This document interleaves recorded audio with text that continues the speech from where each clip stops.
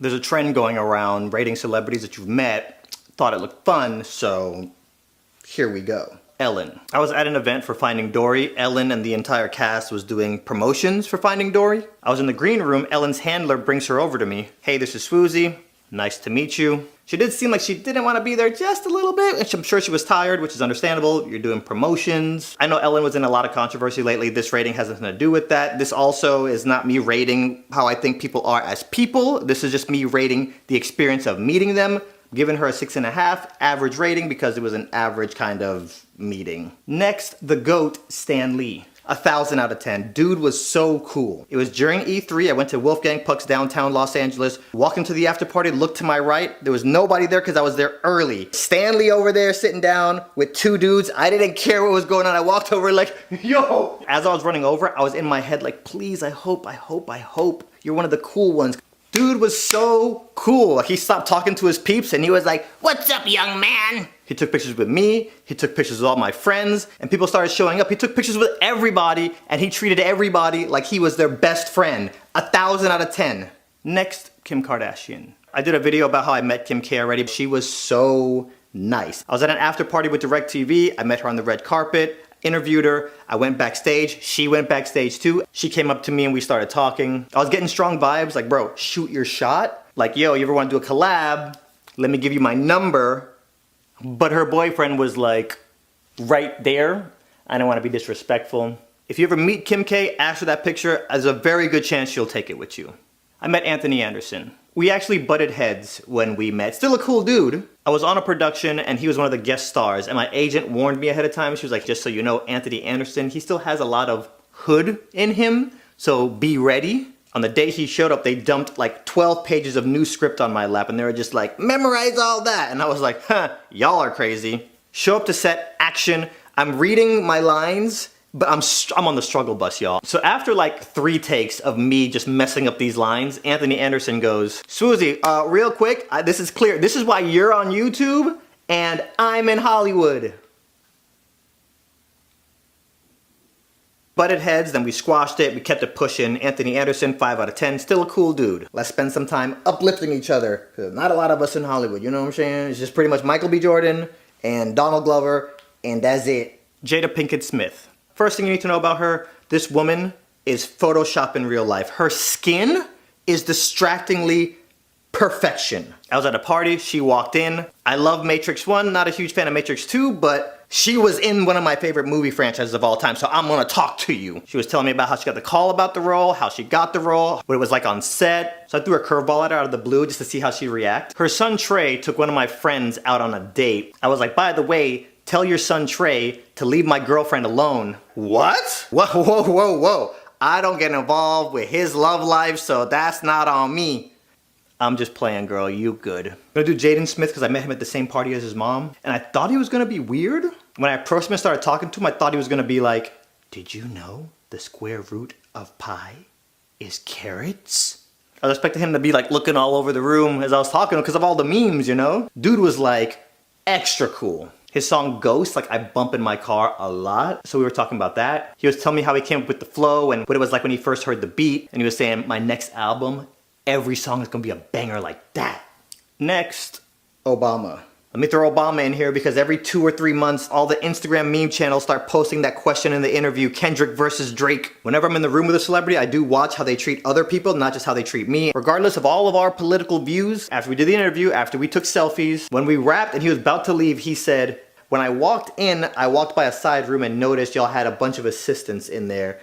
Do y'all want to bring them out and maybe see if they want some pictures too? Celebrities, they make up these rules in their mind and all these excuses as to why they don't want to take pictures with their fans. So yeah, when he's reaching out to the little people for pictures, that spoke volumes about his character to me. Kevin Durant, super cool dude. He was doing a live stream on YouTube and they asked if I wanted to host it. I was like, I'm down. Honestly, it's like the vibe I got from Kevin, he's like super warm and friendly and just like, it's so easy to talk to. 10 out of 10. Actually, when we were talking, he told me that his favorite movie was Lion King, so I was bumping him up to like 12 out of 10. Met Steph Curry. Steph was also cool. We had a red carpet event. I like Steph Curry. My boy that I was with loved him, My boy ran up, started talking to Steph. They were hitting it off. I'm gonna make sure I'm gonna get a picture for my boy with Steph Curry, right? As they looked like they were breaking apart, I was like, Steph, yo, picture. And I think he thought I was trying to like interrupt them, so he was like, man.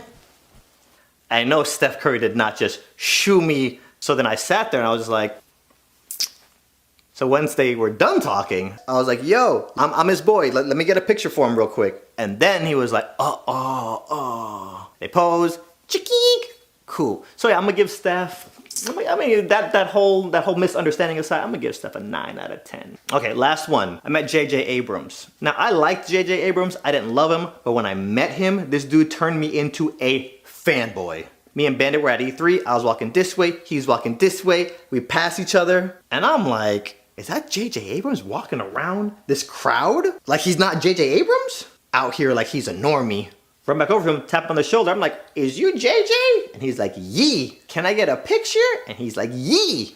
I'm not trying to bother the man. I'm trying to keep this interaction as short as humanly possible. So Bandit takes this super blurry picture and I'm like, alright, deuces. And as I start walking away, JJ's like, wait. Tell me about yourself. What's your name? And I turn around like,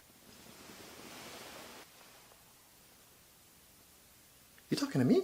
So I'm like, I'm Swoozie. And he goes, Swoozie, that's an interesting name. Is that your real name? Is that your nickname? And we start talking. I'm just like, this man's trying to talk to me right now. And this is what I mean. That was a simple interaction for JJ, and little did he know that someday I'd be on here talking to thousands of people about how amazing this dude is. Something else to remember, guys, everybody has one of these, so a bad experience can go a very long way nowadays. I just want to say real quick, celebrities don't owe us anything. So if you ever see a celebrity and they don't want to take a picture with you, they don't owe us anything. But on the same side of that coin, we don't owe them anything. So the next time they drop an album or the next time they drop a movie and we don't go to see it, they're kind of done. But I'm not on here trying to be problematic. I keep my head down, I try to stay out of problems. So the really bad experiences that I've had, I'm just gonna keep off of this video. Maybe in the future when I'm a billionaire and I don't care, I might talk about those bad experiences. I don't know. We all have bad days and it is possible to catch people on a bad day. However, there are some celebrities that I've met who were real buttholes. And there are some that I've heard talking about their fans and they don't like their fans. It's so easy to be cool nowadays. You almost have to go out of your way to not be cool. So for those of you who will be famous someday, just remember, all right, it takes 3 seconds to take a picture, and whatever excuse you're about to say, well, I didn't take pictures because when the sun is right here, and it's on a Tuesday, and it's on a weekday, and the picture could have been taken, and you're done. So if you're a celebrity and you stumble onto this video, or if you plan to be a celebrity at some point, just understand your fans are your boss. They're your lifeline. When they're done with you, it's a wrap. So it's a good idea to keep your boss happy. I'm just super saying. Let's talk about toxic relationships. A few months ago, we talked about toxic friends. Let's talk about toxic boyfriends, toxic girlfriends. When you're in these situations, things get a little foggy. Let me hit you with a few signs real quick. The person that you're with, they lie a lot. You kind of have trust issues because of them. And they get overly upset over things. You're in a constant state of stress and you always feel like you're walking on eggshells. Here's one that I've seen a lot of times by lady friends. They're dating some dude and that dude's always telling them, if you break up with me, you're never gonna find anybody better than me. What's crazy too is that becomes my female friend's internal dialogue. Like I'll hear them start to say like, if I break up with him, I'll never find anybody better than... No, that's toxic. Toxic relationships don't just exist in boyfriend-girlfriend. They even exist in the friends with benefits situation. Sis, if he shames you for entertaining any other options, meanwhile in the lowski, he's out entertaining everybody?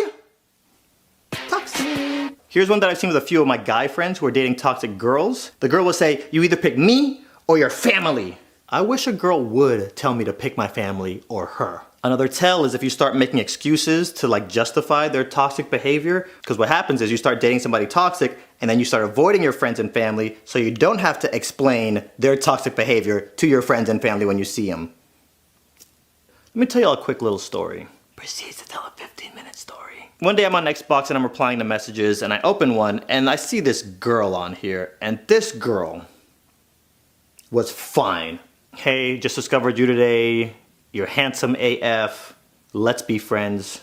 First thing that runs through my head, you a catfish. Cause ain't no way you this fine trying to talk to little old me. The gaming community is 90% dudes, so you know. So whenever I see a pretty girl as your like default pick on Xbox, I just assume you're a 60-year-old dude named Bob, okay? That's just, there are a lot of trolls. okay? And don't get it twisted. I make friends with dudes and females. I'm not one of those people on here only responding to females. What's up, bro? I have a quick question for you. How did we meet? Through Xbox. Thank you, sir. All right, that's all. I won't take up any more of your time. Holler. You see? I don't discriminate. So let's just call this girl Ann. And before y'all go look into my Instagram, I have some friends that I follow named Ann. This is not them, all right? So I get this DM on Xbox from Ann. We start DMing back and forward. We exchange phone numbers. We start texting back and forward. Some of y'all might remember a few videos ago, I said I had this friend who drove an hour out of town, bought me a game, drove an hour back, sent me the game. This is that girl. I'm finally giving y'all that story. Only problem is we don't play any of the same games. She likes these games. I don't like none of those. I like these games. She don't like none of these. The other thing that was really cool about Ann was she plays competitively. Like she travels and competes in tournaments. So with all this going for her, as you can imagine, there's a long list of dudes who are simping hardcore parkour for this girl. We get to talking some more, and it turns out that Ann is single. So now I know something's wrong here, because ain't no way you out here looking this good, walking around single. And now we're texting and talking probably once or twice a week. One thing I figured out about this girl is she has a huge heart. She's one of those people who just love to give. So about a year goes by, I'm on Instagram, I look at Ann's story, she's at a tournament. Right after, my boy's story comes on, and he's at the same tournament. So I text him, bro, there's this girl Ann who's at that tournament. Find her, tell me if she looks that good in person. Girls this cute, don't talk to me. So this is either a filter, or Photoshop, or MS Paint, or all three of them at the same time. He hits me back about 10 minutes later. Yeah, she's here. She is the center of attention. Every dude here is like simping hard over her. Now my decision is clear. Now I have to wife this girl. I'm still kind of, you know? He might have different tastes than me. Another year goes by, we're just friends. Another year goes by, we're just, fast forward 4 years, and we're just friends and we talk here and there just to catch up. I just assume we're never gonna meet. Until one afternoon, I'm chilling and I get this text from her. You'll never believe this, but I came to LA last minute. Do you still stay downtown? Text her back, yeah, I still stay downtown. So anybody that I meet from the internet, I don't let you come back to my house the first time I meet you. People can show you exactly what they want you to see online, but in person, they could be psychotic. Let's get some burgers at this place around the corner called The Counter. We have great security in my lobby, so I don't mind if she knows the building, but I'll take her out to eat. I'll suss her out. If she's crazy, I'll just be like, okay, gotta go, bye. She Ubers over, she texts me here. I'm in the elevator going down. Kind of interested to see how this is gonna play out because I have no idea where this is about to go. I get off the elevator and I walk into the lobby and she's actually looking away from me. As I get close, she turns in slow motion. First of all, she's backlit and she's wearing a Star Wars one-piece miniskirt, y'all. This girl actually looks better in real life than she does on Instagram, which is mind-blowing. So I walk up to her and I hug her and I'm just so overwhelmed that I mouth the words, oh my God. Like, I'm not joking you when I tell you this. Like, when she couldn't see me and we were hugging and her head was right here and we were hugging, I literally mouthed the words, oh my God. Nobody saw me, but she was so fine. I had to. So I take her to the burger place and we're there and we're talking. This girl's body is crazy. This girl's face is gorgeous. And I'm sitting there trying to find something wrong. Even a tiny thing. Like, I'm looking at her hands like, okay, is her left thumb bigger than her right thumb? Please give me something. On top of that, she's a gamer. And on top of that, she's a really cool personality. We're walking back to my building and I'm just like, all right, I'll let her come up. But I'm texting my boy Bandit. He's like I don't even know what to call him because I've never thought about he's just my accountability person. Anytime I'm about to do something even remotely reckless, I'm like, Bandit. I'm meeting this girl for the first time. I've known her for 4 years. She seems cool, but in case she's crazy, here's her first name, here's her last name, here's her Instagram, here's her Zanga, Tumblr, Club Penguin, all of it. If anything happens to me, send everybody. So we go back up to my condo, and instantly she's like, wine, now. And then this girl starts talking junk in Mario Kart. And then I suggest Tipsy Mario Kart. It's a drinking game where you put your wine or whatever your drink of preference is on the floor. You start racing each other, but you can't finish the race until you finish your drink. So wine leads to Tipsy Mario Kart. Tipsy Mario Kart leads to making out. And we make out a lot. So right about now, I imagine some of you guys are like, Swoozie, I thought you were telling us a story about a toxic relationship. Okay, we're almost there. She leaves, and the very next, I don't even think she waited till the next day. That night, she starts blowing me up, just getting super clingy. I'm not speaking for everybody, because some people like when the other person is obsessed with them. When you come on too strong and you're too clingy from Jump Street, it scares a lot of us. Watch their actions, gauge their vibe, try to match their vibe. Like, let your intentions be known when they're here and you're way up here. Like, that's no. Portion control. Here's a good example. All right, so here's the analogy I use. Pretend this is you with a big heart and all the love you have to give in a relationship. You notice that the bottlenecks up here, because when you pour it, if you pour everything here, just no. Yes, I want to know about your day. Yes, I want to text you, but portion control. So if this is all the love and everything you have to offer and your availability, when you pour it, it needs to bottleneck so it comes out in a nice portion. You're not playing games. You're just portion controlling. I hope I'm explaining this right, because I say it to my friends, but I'm not sure if I'm explaining it to y'all properly. So she backs off for a little bit and we don't talk for, I don't know, a month. The next time we talk, she has a boyfriend. 2 months after they start dating, she moves in with this dude, like picks up her life, flies 4 states over, and moves in with this dude. 4 months after that, she gives me a call. Her and her boyfriend got into a fight, and he gave her a black eye. She says they got in an argument, he came at her, she ran, he started chasing her around the house, she ran to the bathroom, she slammed the door. As she was slamming the door, he kicked it into her face and gave her a black eye. Wow. So he didn't lay his hands on you. No, the door hit me. So I'm laying in my bed that night and I'm thinking to myself, humans don't have flat faces. To this day, I don't know if it was the door. If y'all know something that I don't know, please let me know in the comments, because from what I'm thinking, a door can't give you a black eye. If I'm wrong, please let me know. As a friend, I honestly don't know what to do here. I want to help, but I don't know how. So I just tell her, if you need anything at all, let me know, I will help you. 3 weeks later, she hits me up again. So his parents hate me, and we live in his parents' house. Wait, so you moved from your house into his parents' house with him? Yes. And they hate you? Why? I'm not the same race as him, so his parents hate me. And it gets awkward because he's off at work for the whole day and I'm just stuck here with his parents, and I just can't leave the room because they don't like me. Wow. So we don't talk for a little while, maybe a month, maybe 2. This part gets a little gray as to how much the window is. She hits me up again. He cheated on me. Get out. How did you find out? I had this gut feeling. I went through his phone. I saw that he was cheating on me. Word? Wow. Can I come live with you for a month? I'll find a place and then I'll be out of your hair in 30 days. I'll cook for you. I will clean for you. There will never be a dirty dish in the sink. I'll do all your laundry. I'll fold all your clothes. Make sure your belly's always full. And then I'll get out of your hair in 30 days. And that sounded amazing. And me thinking back on how clean she got after the first day we hung out, I don't see a scenario where she's out of there on day 31. So I tell her, yo, let me sleep on this and I'll get back to you. In my shoes, what do y'all do? And when people do nice things for me, I don't forget. So you remember how she drove an hour, bought a game for me that was sold out everywhere, and then drove back and then mailed it? I'm remembering this, okay? Now here's what I love about playing chess. Chess is all about decisions. Life is all about decisions. The better I got at chess, the better I got at making life decisions. So using my chess brain, I slept on it and I came up with a great idea. I hit her back and I said, yo, how about this? I'll buy you a plane ticket to LA.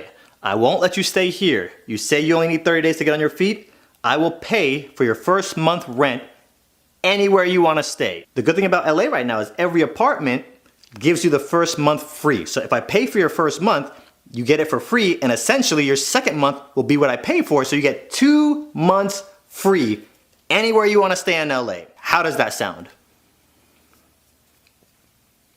She declines. She's not about it. They break up. She dumps him. They're living together, broken up. And I'm sure some of you guys have been in that situation, or you know somebody who's been in that situation. I can imagine it's not fun. That lasts for maybe 2 weeks, and then she calls me. So we got back together. I'm gonna give him another chance. But we started talking and he asked me if he and I broke up and never got back together, what guy would I want to be in a relationship with? And I said, your name. And once I said you, he said I have to unfollow you and block you. And we can't talk anymore. Wow. She's an adult. She can make her own decisions, so I don't fight it. I'm just like, Anne, this dude is chasing you down. You got a black eye. He's cheated on you. You take him back, and now he's telling you can't talk to people?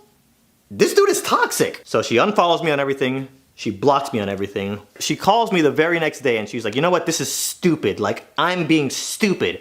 I'm gonna just, to avoid problems, I'm gonna stay unfollowed. I'm gonna keep you blocked. He's the one that cheated, so why am I the one that can't even talk to you? So I'm just gonna change your name to Rachel in my phone. So we get to texting and talking just like how we were before we ever met. Like maybe once a week, if that. And then it gets to the point where we only text on her birthday. And for those of you who have friends that are in toxic relationships, you probably feel my struggle because you want to do something, but you know that if you somehow can force them out of that situation, they're just gonna crawl right back into it. You're an adult, so I can't tell you what to do. 2 of her birthdays go by where I text her and no response, and that's the only time that whole year that we text. It sucks that somebody who's so nice and has such a big heart has all this crap happening to her and she's staying in that situation willingly, question mark? So her birthday comes around. On her birthday, I'm the one feeling sad. My boy calls me, we start talking. I'm just like, bro, I'm just gonna tell you the situation. So I tell him the same story I just told y'all. And then he says, oh, you didn't hear? They just got married. Bruh. So I'm hoping all that toxicness stopped, but I don't know. Dude, literally, I don't know. I've been in a toxic relationship once or thrice, so I get it. But there's a line. If you're in a toxic relationship, it's actually not the kiss of death. It can be fixed. The only problem is toxic people don't feel like they're the problem. So until they want to fix the problem, no problems are going to get fixed. And when I was in those situations, I don't know, I had this feeling that I couldn't leave, which is weird. If you're one of those people who aren't happy if they're single, you're not going to be happy in a relationship. Get happy first, then get in a relationship. Relationships should add to your happiness, okay? Not be the reason for your happiness. Otherwise, if you're in a toxic relationship, communicate to your guy or girl, hey, these things are problems. Let's work on them. Once you communicate that to them and they still don't do anything about it, deuces. Snip, snip, done. Know your value and add tax. Alright, so for anybody who doesn't know what holding an L or catching an L means, it's basically, here's a quick example. Let's say, for example, you graduate from high school and you apply at this college. And you know deep down in your heart and in your bones, they're gonna accept you. And you send off your portfolio and you put all your eggs in that basket, and the college hits you back like, we regret to inform you, declined. That's an example of you holding or catching an L in that scenario. And that's actually not a random example, that actually happened to me. Yeah, I applied at 2 colleges, Ringling School of Art and Design and Cal Arts. And both of them were like, we regret to inform you. Look at me now. Look at this. Look at this amazing art right here. I drew this. Look at the shading. For real. Jokes aside, what were you guys thinking? Who's holding L's now? Ringling and Cal Arts? Well, yeah, technically, y'all see the title of this video, so obviously me. Because for whatever reason, we all out here trying to act like our life is perfect when everybody knows it's not. I've done stupid things, you've done stupid, we've all done stupid things. Life is not perfect. We hold L's sometimes. Me and a few friends, we go to this friend's house and we get to her house, she's like, oh my god, let's have a onesie party.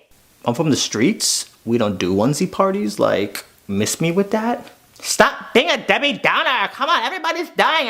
Come on, peer pressure. Fine, give me the stupid onesie. She wants to watch Disney Plus while we wear onesies. And like, now I'm in line waiting for the bathroom because everybody's trying to change into onesie. Now I'm in line for something I don't even want to do. So I said, bunk this. I walk around to that side little dining room that everybody has in their house that nobody ever uses, right? And there's no lights on it, it's pitch black, so I go in there, I get butt naked, I'm like, whatever. I start putting on this onesie, I get 1 foot in the onesie, and I look up, and I just see this little green light floating in the darkness. Yeah, that Amazon camera, the one with night vision, and I'm just looking at this camera like, is there a way for me to hack the Amazon mainframe for these things?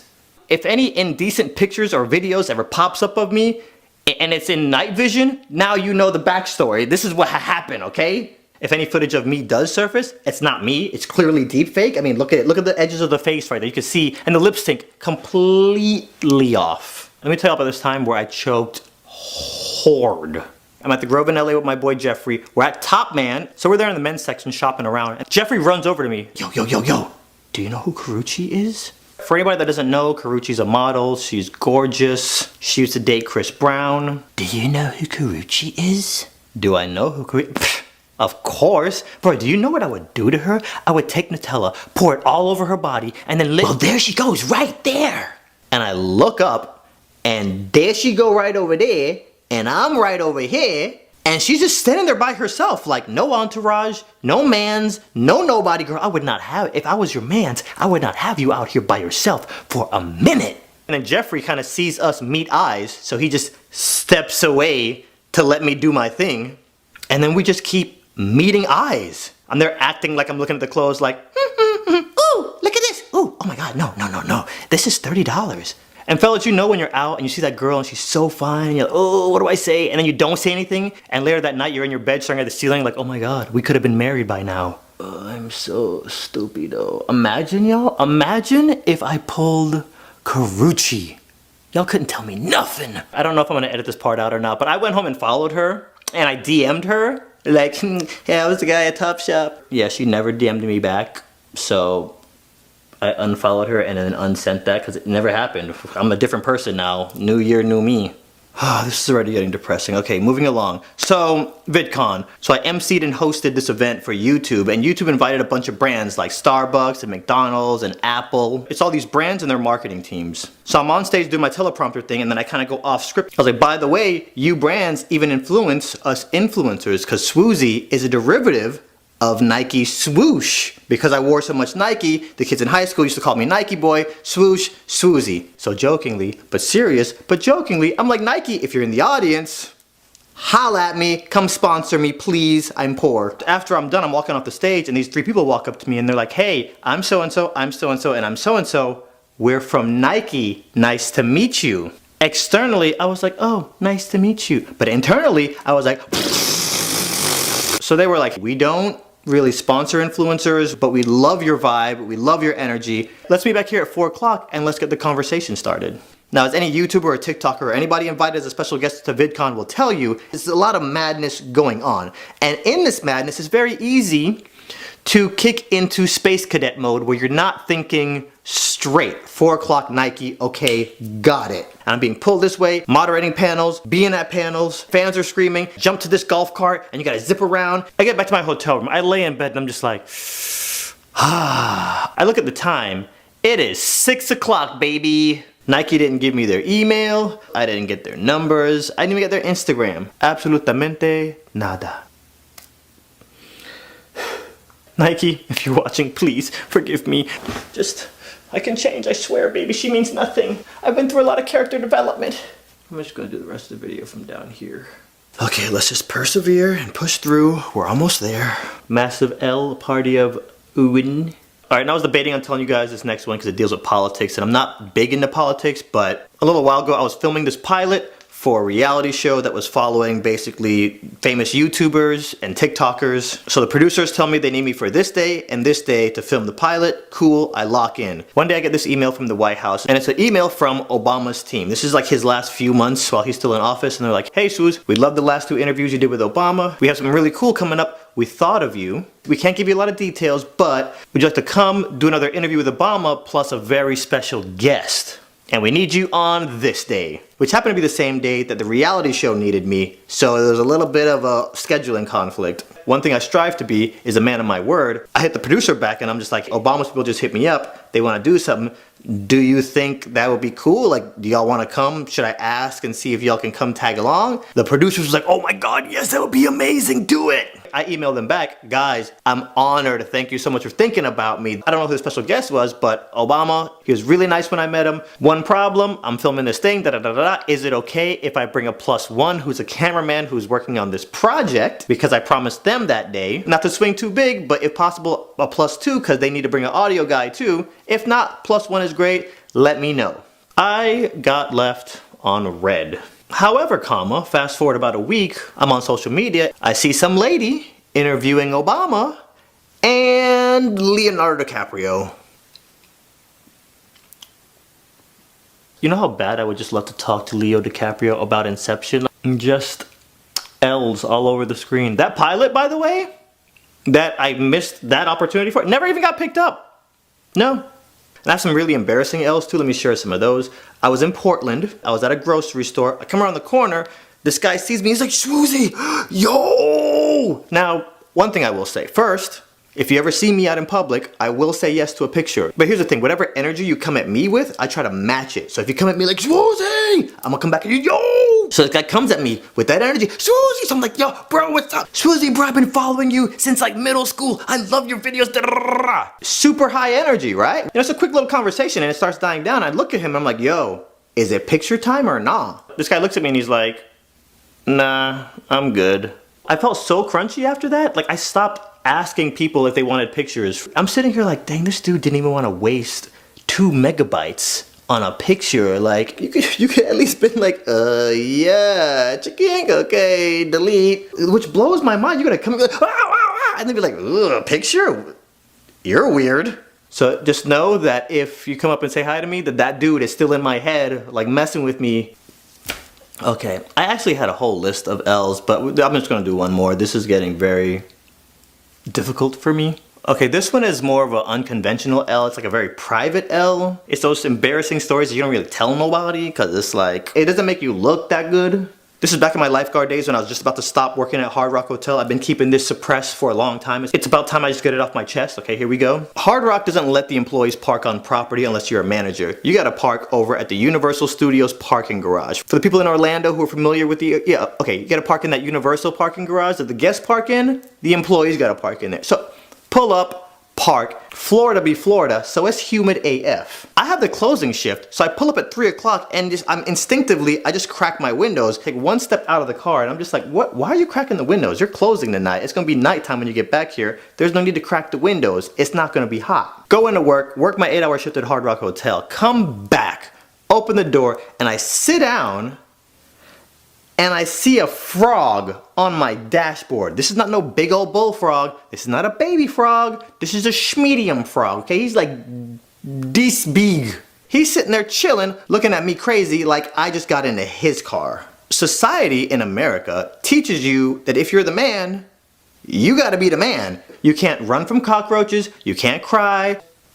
So now, I'm sitting in the car and I start to question how manly I am right now. I have this silent conversation as we're looking at each other, right? I'm just like, okay, look, you stay over there, I'ma stay over here, we ain't got no problems, okay? I'ma drive home, I'ma get a broom when I get home, and I'm just get you out of here, okay? You're gonna love your new home. Start my car up, start driving, I'm on Turnpike, and I just see the Turnpike lamps going over it, and we'll just call the frog Todd. You know, we're becoming friends now. I'm driving, and I just see him just sitting there chilling, right? And the street lights are going over. Todd, Todd, Todd, no Todd, no Todd, no Todd.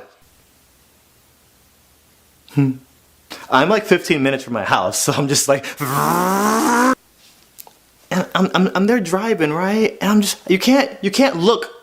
What do you do? What if I'm driving and Todd jumps on my leg? How am I gonna look if I cause an accident on Turnpike, 17-car pileup? Cops show up and I'm like, there was a frog. I swear to God, a frog. And in the corner of my eye, on the window, I just see a little palm. Like this. And I wanna look, but I'm good. You know? But I wanna look, but I'm good. I feel like little frog breath breathing on my neck and I'm just like, no, no, no, no, no, no, no. I turn, and this frog is legit less than a foot away from my face. No lie, I actually start talking to him. Todd, you stay there, and the frog jumps on my neck mid-conversation. I just felt something cold, slimy, and wet. This is me. I'm swerving in the road, just repeatedly punching myself in the face violently. Like if I had a girlfriend and she was in the car with me and she saw that, she could never unsee that, you know what I'm saying? From that point on, no matter how hot or romantic or passionate things got, she always has that vision of in her head. You know what I'm saying? Not a good look. If there was anybody around me, everybody dead. I got home I never found his body anywhere in the car. Okay, so I think I should share in the L's. So I'm gonna tag some people. I'm gonna tag Alex Clark, Lord DIY. Let's tag Jaden Animation too. I have a feeling like that group of people have probably caught some pretty entertaining L's in their life. So there you go, guys. I don't know if y'all are ever gonna do it. I don't know what videos y'all have lined up for the next few weeks or months, but there you go. Free video idea. I'm gonna tag y'all. I didn't even go over like 10 of the other L's in this video. So maybe there'll be a part 2. Probably not. I don't know. We'll see how I feel. I'm done.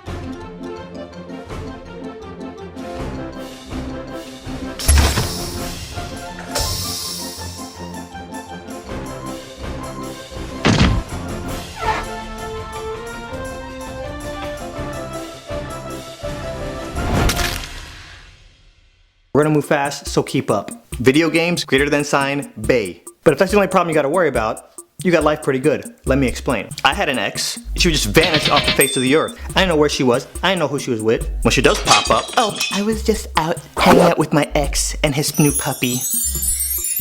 Call her and text her some other day, she's Phantom Menace. No idea where she's at. You don't want that life. You know it's a good life? Knowing exactly where your boyfriend's at, knowing exactly who he's talking to. If your boyfriend plays on a monitor that sits on a desk, or he has more than one monitor that sits on a desk, you know what you signed up for. You want that problem.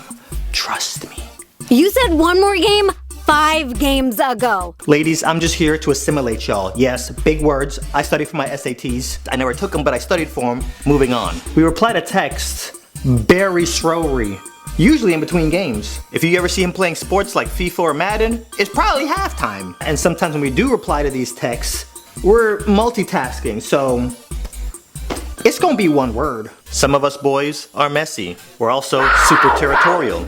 My boyfriend says I'm not allowed to follow you on social media anymore, or text you, or talk to you. If I had $1 for every time I heard that, my house would be bigger than James Charles's and David Dobrik's combined. I'm gonna put a burger restaurant in my kitchen. And I just discovered this new burger restaurant, Burgers Never Say Die. If you live in LA, go. They're not paying me to say this, but they should. Jeffree Star would be looking at me from his $14 million house like, I'm so poor compared to Swoozie. Cause dudes be territorial. Listen, fellas, if somebody's gonna cheat on you, they gon' cheat on you. Me now, I don't put limitations on my girlfriends. But also, if you wanna act single, I'ma let you be single. Fellas, it's okay to be territorial, but there's a point. So ladies, knowing how territorial a lot of guys are, when we're out with you and we step away and we look over our shoulder and some random came up to you, you better not be over there like, what are you over there? What's so funny? And if you did say something funny, you better not laugh. So ladies, if you're ever out with us and we just flip the scripts and we're just pouty and we don't say why, it's probably on some passive aggressive stuff. We've been conditioned since like middle school that we can't show emotion, so we gotta be like thug life. Thugs don't cry. And when we're staring off into space and you ask us, what are you thinking about right now? We really weren't thinking about anything at all. Ladies, we're very forgetful creatures. Did you remember to get eggs from the grocery? Did you pick up my parents from the airport? What did you get me for my birthday? So if you're dealing with a dude who be forgetting stuff, it's not like we don't care or that we're not paying attention. We just forget. So go easy on your guy if you're dealing with somebody that's like that. And on the Every Girlfriend Ever video, I mentioned how girls can be indecisive.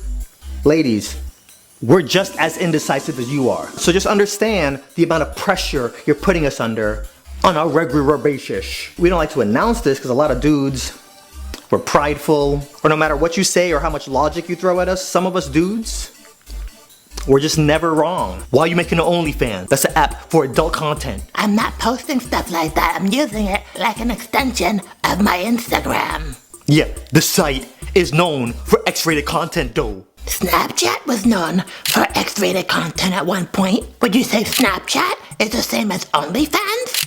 No. ¿Por qué? Snapchat started one way, but then it evolved, and pretty much whatever you do with it, that's on you. Isn't that the same exact thing as OnlyFans? Started off as one thing, and whatever you do with it, it's on you. It's literally what you just said. Look at Google. What does it say? 18 plus. I'm right.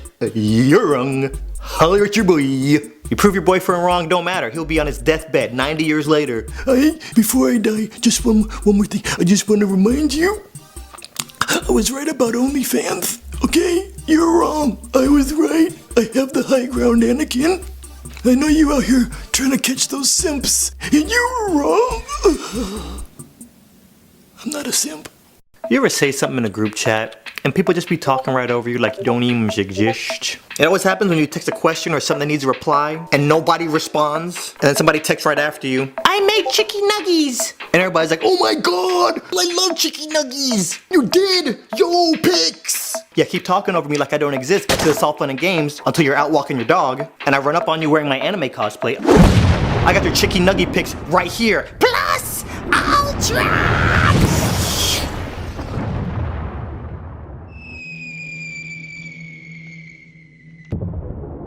I think we all have this I'll get to it later attitude about most of the group chats, but if I say something and it gets lost in the sauce every single time, it's kind of hard to ignore. I know where y'all live. Y'all want to see me go off? I'll go off. If you want to get crazy, we can get crazy. And you know, we don't even need to talk about when you text somebody and they don't text back, but they all up in the group chat, active AF. Let me just tell y'all right now, any group chat that wakes me up, instant mute. I'm sorry, nothing personal. Next time this happens, somebody's car is about to get Swiss cheesed. I got banana clips on my Nerf gun. When you walk out to your car and it's all shot up, don't be looking all confused. And what's up with that person who never talks? Like, why are you even here? You're a ghost. You're a vapor. Poof. Do you think that person even reads the chat? Or do they just have it on mute and just ignore? Because every group chat has a sub chat without the annoying people in it. And I need to be in every group chat. I don't care what y'all talking about. Every chat needs to involve me. And I feel like this needs to be said too. Not everything talked about is gonna pertain to everybody in the group chat. So after about, I don't know, 5 or so messages of y'all just having a one-on-one convo, here's a crazy idea. Go have a one-on-one convo. And there's always that person who loves to have the power of the name of the group chat, and nobody else's name idea is good enough or better than theirs. You can come up with a really good name. They're the ones that'll go in and add an emoji at the end of whatever, or just add an S, or make one of the words uppercase. You know who you is.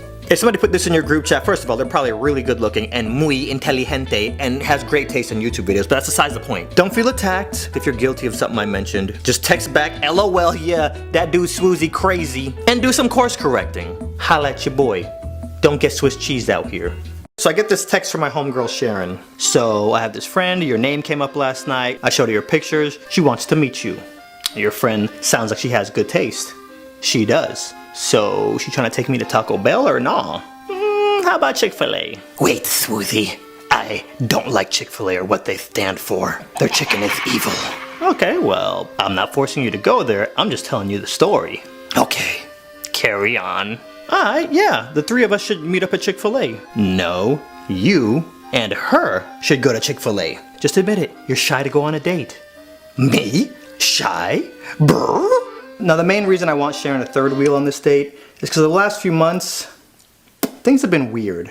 Apparently the more popular I get, the more people like to spin narratives about me. Video game side mission, I was at a party, my friend comes up to me, yo, this is my friend Ana Lucia. Nice to meet you. I think I said 2 more words to this girl, walked off, never saw her again. 2 or 3 months later, my boy texts me, you know a girl named Ana Lucia? No. I was hanging out with some friends last night, and she said she met you at a party, and you spent the whole night hitting on her and trying to hook up with her. What? She doesn't seem like your type, so I didn't believe it, but everybody else at the party that she was telling the story to, they believed it. What? There are people in the world who are just delusional. There are people in the world who just are thirsty for attention. I don't know if this is your first time watching one of my videos, but I like to joke a lot. So if you tweet or DM me talking about some I love you, let's get married, be my boyfriend, I'm gonna tweet you something sassy back. So the I love you backs and let's date in secret, those jokes are gonna have to stop. I just said hi to this girl. Imagine if I told her a joke that she can now take and spin some new narrative on and use that as ammunition. I didn't say this to Sharon, but I'll say this to you guys. If it's gotten to the point to where I'll say hi to somebody in a room full of people and they have ammunition to spin some crazy story, you start thinking twice about being alone with people that you're meeting for the first time. I basically just tell Sharon that I'm trying to de-romanticize the situation. So then Sharon says, do you want a picture of her? And then I thought, you know, this would be really exciting if I didn't even know what she looked like. With everybody having social media, it's almost impossible to go on a blind date. So I figured let's spice it up. I don't even want to see what she looks like. So we set the day, we set the time, I show up at Chick-fil-A, and then I realize I forgot to ask Sharon what this girl's name was. So I quickly text Sharon, I'm like, it's a minor detail. What's your girl's name again? Lisa. And she's wearing an olive dress. Got it. I'm sitting there and I realize I messed up. I should have showed up first, waited in the parking lot, watched Lisa walk in. Once she sits down, then I make my grand entrance, burst open the door in slow motion and all the doves will fly behind me. Ma chérie, embrasse-moi. Oh, Swoozie, you know French? Keep going. Omelette du fromage. A minute or two later, I see this girl walking up to me. She's an olive dress on. Adonde? Lisa? Nice to meet you. I hope you don't mind, but last minute had to babysit my niece. Totally cool.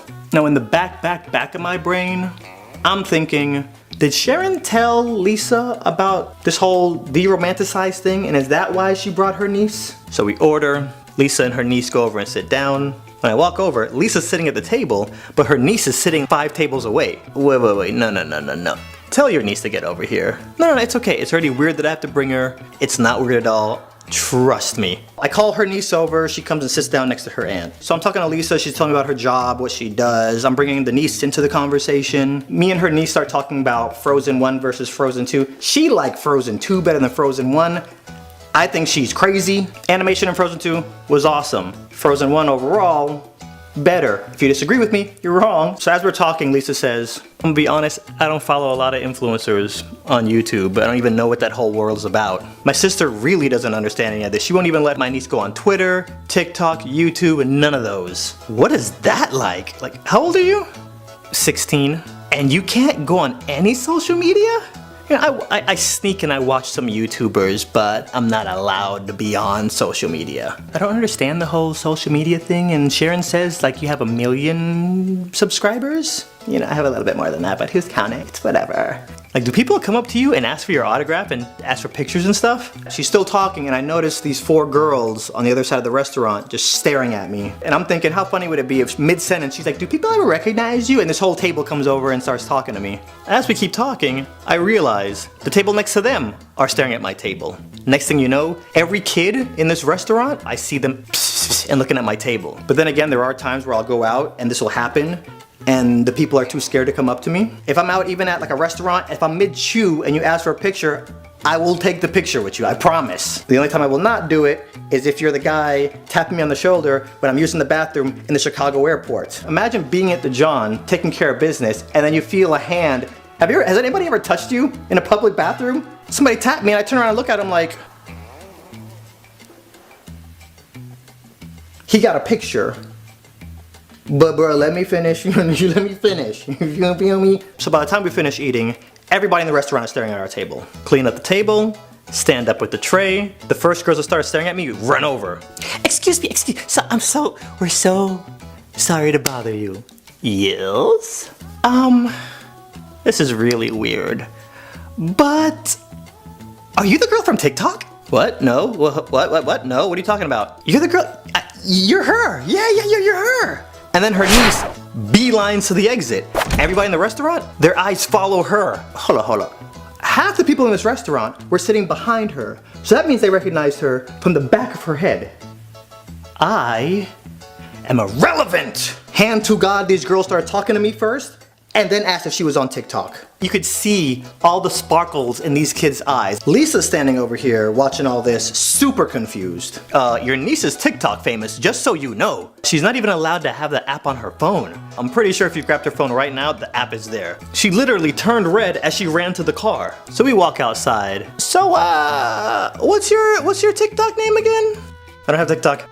Huh. Okay, so how do you spell your first and last name? I'm just curious, asking for a friend. Don't worry about it, gotta go, bye! And jumps in the passenger seat. Confirmed, your niece is TikTok famous. The whole restaurant was gushing over her like she was a member of BTS. So anyways, this is one big, long-winded, roundabout way of letting y'all know your boy is on TikTok. Woo! Also guys, don't bother in the comments asking me what the niece's TikTok name is, because I still don't even know. We all hate confrontation, right? Can we all agree on this? Yes, we're all on the same webpage. We're all using the same Wi-Fi. The breeding ground for a lot of confrontation, for a lot of us, is that, can anybody guess it? Anybody? You with your hand up? Work. You got it. As some of you guys know, my last 9 to 5 was me lifeguarding at the Hard Rock Hotel. I worked at Hard Rock for 5+ years. I'm about to tell y'all about a scenario that would happen, and I would let it happen every single year. One day, I make up my mind that I'm gonna start conquering my fears. Confrontation was the first thing on the list that I decided I'm going to just not run from and embrace it and face it head on. If I have all these fears and I don't do anything about it, I'm just gonna live my life in fear. You secretly start to shift your behavior and your decisions to avoid this thing that you're afraid of. I make this decision during the summer, which is the busiest time for any lifeguard anywhere, even the lifeguards in Wisconsin. Hard Rock Hotel in Orlando is actually connected to Universal Studios, so we're walking distance from the parks. The problem that we started running into was guests would come out at the butt crack of dawn, lay out their towels, some sandcastle buckets, and maybe a shovel, and go off to the parks for 8 hours. When enough people do this, at 12 o'clock noon, the people who are actually trying to jump in the pool come outside, no chairs or tables available, standing room only, and only 4 people are on the pool deck. That's a problem. We even have servers who walk around the pool deck and bring you food, drinks, whatever. One day I'm on the guard stand and your horror walks up to me and she says, I don't know how I'm gonna pay my bills this month. What you mean? Every day I come to work, there's nobody out here and there's nobody to serve. People come outside, they see there's no seats, they go back inside. Imagine walking into a restaurant like Chili's and every seat is taken with somebody's purse or just random crap scattered everywhere, but the restaurant is empty and you can't sit down. That's the equivalent of what's going on right now. And I didn't think about it like that. So that little guy on my shoulder is like, remember you said you're gonna face confrontation. You don't really need to face confrontation. It's not really your job. You're just a lifeguard. I know in the back of my head that if I start moving people's towels, that's gonna lead to confrontation. Maybe I should take this up with Jimmy, our supervisor. So I go into the fitness center, that's where the office is. Here's the thing about Jimmy. Jimmy's so laid back, I'm pretty sure every day he comes into work, he's under the influence of something. Jimmy, people out here reserving seats, can't nobody sit down, servers can't get paid. What should we do? Yeah, I'm pretty sure that's not even our department, bro. Don't even worry about it. We're the ones that have to pick up towels. I think that falls into our department. Jimmy. Yeah. What do we do about these towels? Should I pick them up? Should I leave them there? What should I do? No, bro. Don't even trip. You're crazy, bro. Just watch the water. That's all you gotta do. But each day goes by, these servers going home broke. Every morning, I'm watching people come out, reserve like 10 chairs, lay all their crap out, and then leave. I'm watching these servers stand around, not getting any money for 6-7 hours. I'm watching these guests come out, they can't sit nowhere. If you do something, it's gonna lead to confrontation, just so you know. I come up with this system. We had a problem with locals that would sneak onto our pool deck, so anybody that came onto the pool deck, you have to show your room key and we give you a wristband. I launched my whole plan with a clipboard. I didn't need the clipboard, but I know if I'm standing outside with a clipboard, I'm gonna look official. I grab a stack of these wristbands. First thing in the morning, nobody's in the pool, so I'm just standing out there looking. I'll see a guest come outside, she starts laying down her stuff. I'm staring at her. When we make eye contact, I'll look down and I'll write something and I'll look back at her. She'll keep laying her stuff out. Now she's starting to look a little nervous. She'll walk inside. I walk over, I take the wristband, I write down the time, I write an arrow, and I write the number of chairs they reserved. And I tie that wristband to the chair. If they don't come back in 30 minutes, I'm taking all their stuff. This is gonna lead to confrontation. There was one lady that came out and reserved like 7 chairs. She saw me writing stuff down and you could see her feeling a little uncomfortable. So as she starts walking inside, I start writing on the wristband. She comes back outside. What are you doing? Well, ma'am, we have a problem. People come out, reserve all these chairs, go over to the parks, and the people who actually come out here midday to swim have nowhere to put their stuff. I came out here yesterday and there was no chairs, so I figured I have to do what everybody else is doing. So if I come back here at 2 o'clock, you're gonna find me some chairs, right? Ma'am, I'll make sure there are chairs out here for you. Okay. Picks up all her stuff, goes inside. I'm timing everybody. I'm walking by, I'll check the times on the wristbands. Cool, it's been 45 minutes. Grab up everybody's stuff, put it in Lost and Found in the towel hut. The plan is working. Guests come outside to get in the pool. Their mom and dad have somewhere to sit. Servers can serve them. There's peace on earth. But then we get packed. And people from the parks start coming back and the reserved chairs and their personal items are gone and people are sitting in their spots. These guests start to get mad. They find the roamer. The roamer points the guest over to Jimmy. They go to Jimmy. I can see the confrontation coming. So now here comes the supervisor and this angry family. AT, did you move their stuff? Oh yeah, you came out at 7:30. You laid out 7 chairs. You walked back inside, never saw you again. I put your stuff in Lost and Found. Why would you do that? Ma'am, if you leave your stuff intentionally or unintentionally, it's considered Lost and Found. Oh, that actually went better than I thought it was gonna go. But then a lot of guests started coming back. And they all started wondering why they couldn't find their seats. And they're all getting sent to Jimmy. There's one thing I didn't account for in my whole master plan. By 2 o'clock, we had a pile of Lost and Found in the towel hut. I didn't partition off people's stuff. It was just Lost and Found. Blech. I'm at the top of the slide and then I hear, Hey, hey, AT, could you come to the towel hut, please? I'm at top of the slide. I think the bump's coming through in like 15 minutes. Yeah, I'ma need you to come right now, though. I'ma send someone to cover you. We have a situation. I feel that anxiety just creeping up on me.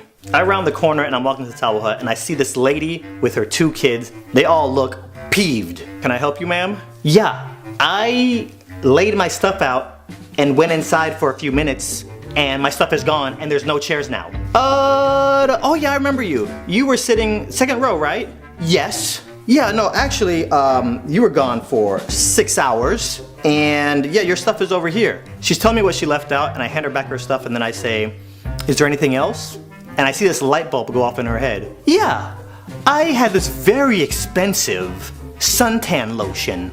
Just the way she said it, I already knew she was lying. Okay, ma'am, can you describe or name the brand? I don't remember the brand, but it was in a brown bottle with a tan cap, and it was really expensive. So I'm digging through this pile. I dig through it twice. Well, ma'am, I don't see it. Is there a manager, like a general manager or somebody I can talk to? Next thing I know, I'm walking around the pool deck picking up towels. This lady and her kids are chilling in a cabana. These cabanas are like $125 for half a day. I put 2 and 2 together real quick. I know she complained to the GM that I lost her expensive mystery lotion and now she has a free cabana. This goes on for a few days. For the most part, everybody's happy. Word gets out. I even developed a nickname. The guests start calling me the Towel Nazi.